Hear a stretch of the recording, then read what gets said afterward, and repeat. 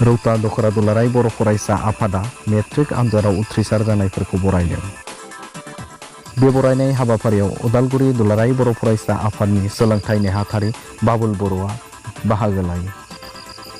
रौता दखरा दुलाराय बर' फरायसा आफादनि बानजायनायाव जि बरायनाय हाबाफारि बा जाय बिथांमोना बर' बिजों फरायनानै 2019 मायथाइनि मेट्रिक आनजादाव सेथि थाखोआव उथ्रिसारनो हाबाय बिथांमोनखौ बरायनाय हाबाफारि। बे हाबाफारिजोंनो लोगोसे आङो उदालगुरि जिल्ला एबसुनि सासे दैदेनगिरि हिसाबै आं बेखौ गिबियावनो आङो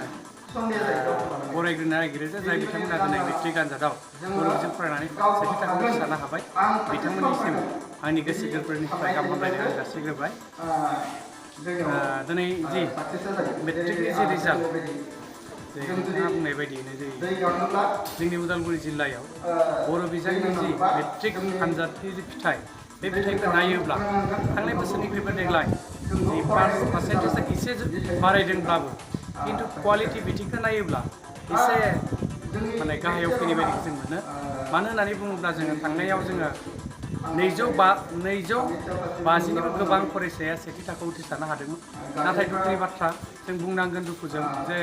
देग्लाय 2019 मायथाइनि मेट्रिक आनजादाव खालि 217 फरायसायाल' सेथि थाखोआव उथ्रिसारनो हादों। बे जोंनि थाखाय मोजां लैखोन एबा साइन नङा गनायनांगोन। दा बै जे जोंनि फरायसाफ्रा जे सेथि थाखोआव उथ्रिसारनायनि हारा जे खमायदों, मानो खमायदों बेनि गोबां जाहोन थानो हागौ बा दोङो, जों बेखौ बुंनांगोन गनायनांगोन जे जोंनि सरकारनि अबहेला देहारि नोजोरजों जि नायनाय बेनि थाखायबो जों साननांगोन। आरो जोंनि दिथागिरि माखासे इलिटारेट थिखा दिखा गोनां नङा जि जोंनि बिमा बिफानि जि लेहेम जि जोथोन बेनि थाखायबो जोंनि गथ' गथाया मोजां रिजाल्ट खालामनो हायाखै। फारसेथिं जोंनि फोरोंगुरु बा जोंनि दैदेनगिरि समाज दैदेनगिरिफोरनियावबो गैया नङा एसेब्लाबो हयथ' गोरोन्थिया थालांगोन। एज ए हल आं सानो बयनियावबो दङ। दा आं गिबियावनो बुंनो खावलायनाया नागिरनाया बेनो जे जोंनि सरकारा बर' मिडियाम स्कुल बा बर' मिडियामनि बर' बिजोंनि जि फरायसालिफोरखौ जोङो बिहारि नोजोरजों नायनायखौ जोङो नुबोदों। आरो बेनि थाखायनो जोङो दुलाराय बर' फरायसा आफादा गोबां खेब जोङो होज्रिखावबोदों जे नांगौ बायदियै जोङो लेखा बिजाब मोना, नांगौ बायदियै जोङो थोजासे रोखोमनि फोरोंगिरि मोना, जायबायदि जोंनि फरायसालिफोरा भेन्सार अबस्थायावनो दङ। गोदो समनिफ्रायनो जेरैबायदि जागायजेननायनिफ्राय भेन्सार अबस्था दंमोन दिनैसिमबो 20 बोसोर 30 बोसोर 35 बोसोर जालांदों अब्लाबो भेन्सार। नाथाय फोरोंगिरियाल' माने सरकारि फरायसालि जायालासेनो बिथांमोना मा बैसोनि जि 60 बोसोर बैसो जाहैनायाव बिथांमोना साख्रिनिफ्राय हाजिरा मोननो गोनां जालायबाय। अब्लाबो माने सरकारि खालामनानै होआखै। आरो सरकारि जायाब्ला फोरोंगिरिया एसे क्लास खालामनायाव उसुबिदा गोलैयो। आरो फारसेथिं बिथांमोना दिनै पेपार निउस मिडियायाव खोनागासिनो नुगासिनो दङ जे जोंनि बर' बिजोंनि फरायसालिफोराव थि रोखोमै नांगौ रोखोमनि बिजाब सफैया। जेरैबायदि जोंहा जानुवारिनिफ्राय फैनानै दिनै फैयै फैयै मे दान सफैलायबाय, दिनै जुननि 1 थारिख मोनफैलायबाय। अब्लाबो 9-10नि जि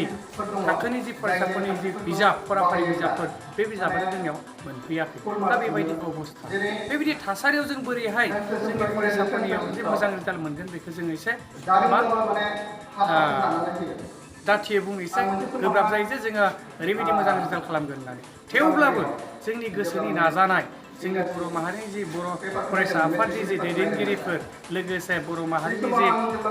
गुबुन गुबुन बिबानगिरिफोर बिथांमोना नाजादों। आरो बिथांमोना जुदि बेबायदि नाजायामोनब्ला दिनै हयथ' जोंनियाव बेबायदि अबस्थाया बेबायदि थासारियाव फैनाय नङामोन आं सानो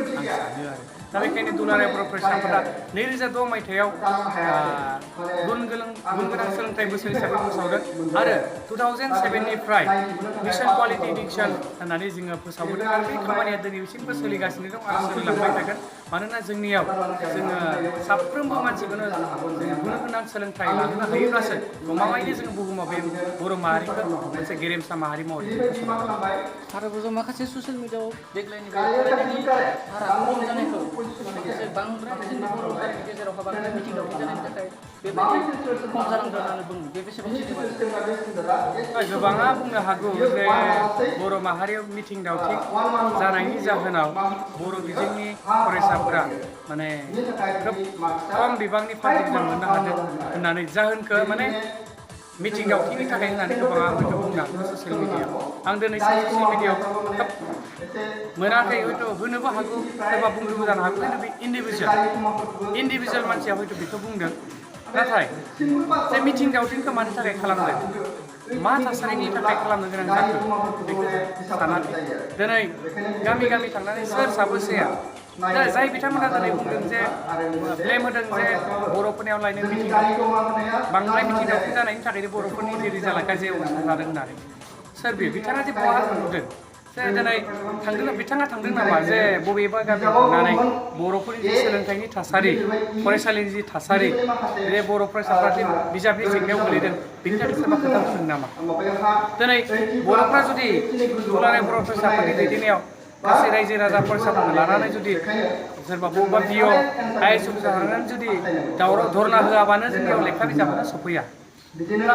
बिदियाव जोङो मा खालामनाया जोंनि थाखाय मोजां जागोन होनबा दा जों धरना होयोब्ला सरकारनिफ्राय जिखिनि बिजाब लेखा साप्लाइ खालामनांगौ बिथांमोना नाथाय खालामा आरो बिथांमोना दिनै थोजासे रोखोमनि जोङो फोरोंगिरि थिसना आरो भेन्सार स्कुलफोरखौ जोङो प्रभिन्सियेलाइज खालामनानै होआ दा बेखौ जोङो जोंनि कर्तब्य जे जोंनि फरायसालि बर' बिजोंखौ गमामायैनो जों फोथांना लाखिनांगौब्ला जोंनि स्कुलखौ फोथांना लाखिनांगोन आरो बिजोंखौ फोथांना लाखिनांगौब्ला जोंनि फरायसालिखौ प्रभिन्सियेलाइज खालामनांगोन फोरोंगिरि थिसननांगोन बिजाब नांगौ बायदि होनांगोन दा बेफोरनि थाखायनोथ' जोङो धरना खालामदों मिथिं दावथिंफोर खालामदों बेनि गेजेरजों जोंनि मानसिफोरखौ जों एलार्ट खालामदों दा बेबायदि अबस्थायाव आरो गोबां खायफा मानसिया जे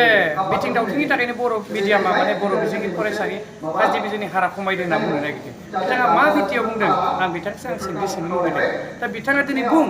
जे बर' बिजोङा जे मिथिं दावथिंनि थाखाय जुदि फार्स्ट डिभिजन मोननायनि अनजिमा खमायदोंबा बिथाङा आसि थुनानै दिन्थिनो हागोन नामा बबे गामियाव मिटिं खालामनानै फार्स्ट डिभिजन अनजिमाया खमायदों बिथाङा बुंनो हागोन नामा आं बिथांनियाव सोंथिसो सोंनो गोसो जायो आं बे समाव आरोबाव बे समाव जोङो सोंनो लुबैयो जे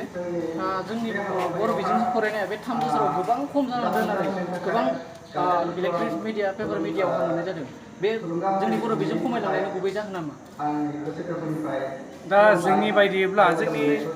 जि गभर्नमेन्टनि जि सेन्सास आरो जोंहाबो मोनसे आलादायै दुलाराय बर' फरायसा आफादनिफ्रायबो मोनसे इडुकेसन सेन्सास जों खालामदों बे खालामनाय बायदि रिपर्ट सेन्सास रिपर्ट इडुकेसनेल सेन्सास रिपर्ट बायदिब्ला जों नुनो मोनदों फार्स्ट डिभिजननि अनजिमाया जों नैबे नोंथाङा बुंदों बे नैबे बोसोरथामाव बिराद खमायदों होननानै बुंदों आं नाथाय बेयाव आं एकमत नङा मानो नङा होननानै बुङोब्ला जोङो 2006 सननिफ्राय जिहेतु गुन गोनां सोलोंथाइ बोसोर हिसाबै फोसावदों बे गिबि बोसोराव 66 जना सा 66 फरायसायाल' बर' बिजों फरायनानै फार्स्ट डिभिजन मोननो हादोंमोन आरो जोंनि दुलाराय बर' फरायसा आफाद लोगोसे बिमा बिफा समाजनि दैदेनगिरिफोरनि नाजानायाव दिनै फैयै फैयै फार्स्ट डिभिजननि अनजिमाया दिनै बारायबोगासिनो कन्टिनिउवासलि बारायबोगासिनो थांनाय बोसोराव सारा आसामनि गेजेराव 2000नि खाथियाव फार्स्ट डिभिजन मोननो हादों आरो बिनि बोसोराव 1500 फार्स्ट डिभिजन मोननो हादोंमोन दा बेबायदि अबस्था दा खमायदों होनना बुंदों नाथाय बे गोबां बिथाङा मा भित्तिजों बुंदों आं हमदांनो हायाखै नाथाय जोंनि जि सेन्सास मथे जोंनि फरायनायनि जि बिथिं बा क्वालिटिया खोब खमायाखै आरो एसे दावखोबोबाय थानायखौ जों नुनो मोन्दों आरो मानोना गोदो 66 फैयै बिदिनो 100 फैबाय 200 300 बिदिनो 1000 1500 1800 बेबायदि फैदों होमबा नोंथाङा 1500निफ्राय 1800 फैनायखौ खमायनाय होनगोन ना बारा होनगोन दा हयथ' पेपार मिडियाआव गोबाङा बायदि रोखोमनि बाथ्रा बांसावनो हागौ नाथाय जोंनि सेन्सासआ बुङाखै जे बे बोसोरथामाव बिराद गाहाय जादों आं बेखौ साना आरो थेवब्लाबो जोङो